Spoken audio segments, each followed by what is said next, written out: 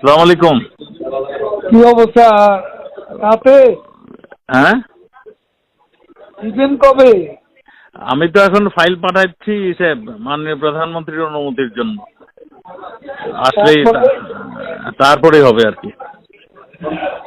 আজকে দেয়া যাবে। আশা করি ওইটা ওখান থেকে আসলে আমরা করতে পারবো আর কি। এখন উনি কখন আচ্ছা, সাইন করে আমরা একটা পাঠান। র্যালি করতে চাইছিলাম, এটা আচ্ছা, কাল না করে শুক্রবারে করবো ঢাকা। করেন করেন করেন। এটা এটা ঢাকার আচ্ছা, হ্যাঁ, ঠিক আছে। ঢাকার বাইরেটা কালকে, আচ্ছা, ঠিক কিন্তু আছে। ঢাকা এখনো আমরা হ্যাঁ, বৃহস্পতিবারটা করতে চাই না, কারণ যানজট পরিস্থিতি জি আর জি, এই বিরাট ঘটনাটা যানজট হয়ে হওয়ার যাবে। পর বিভিন্ন স্পটে লোকজন ব্যক্ত। জি জি আচ্ছা, আরেকটা বিষয়, জি, হারুন বেদি সরাই দিচ্ছেন। উনি তো খুব অ্যাডামেন্ট, আমরা সরাই নেই। ওই রাখছে, ডিএমপিতেই রাখতেছি। উনি বলছিলেন অন্যখানে দিতে, আমি ডিএমপিতেই রেখে দিচ্ছি। তার শুধু তার মানে ডেস্কটা পরিবর্তন করে দিচ্ছি।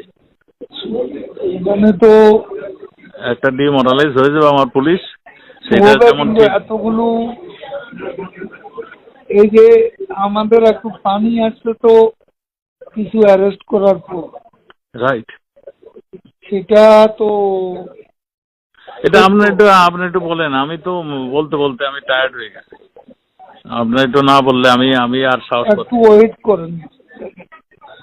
আচ্ছা, একটা লোকেরে সে কিছু কাজ করছে, এবং আপনার পুলিশ ফোর্স তো ডিমোরালাইজ, সব ডিমোরালাইজ হয়ে যাবে। সেটাই আমিও কারো দিয়ে কাজ করাতে পারতেন না। আমি তো সেটাই চাচ্ছি, সেটাই বলছি।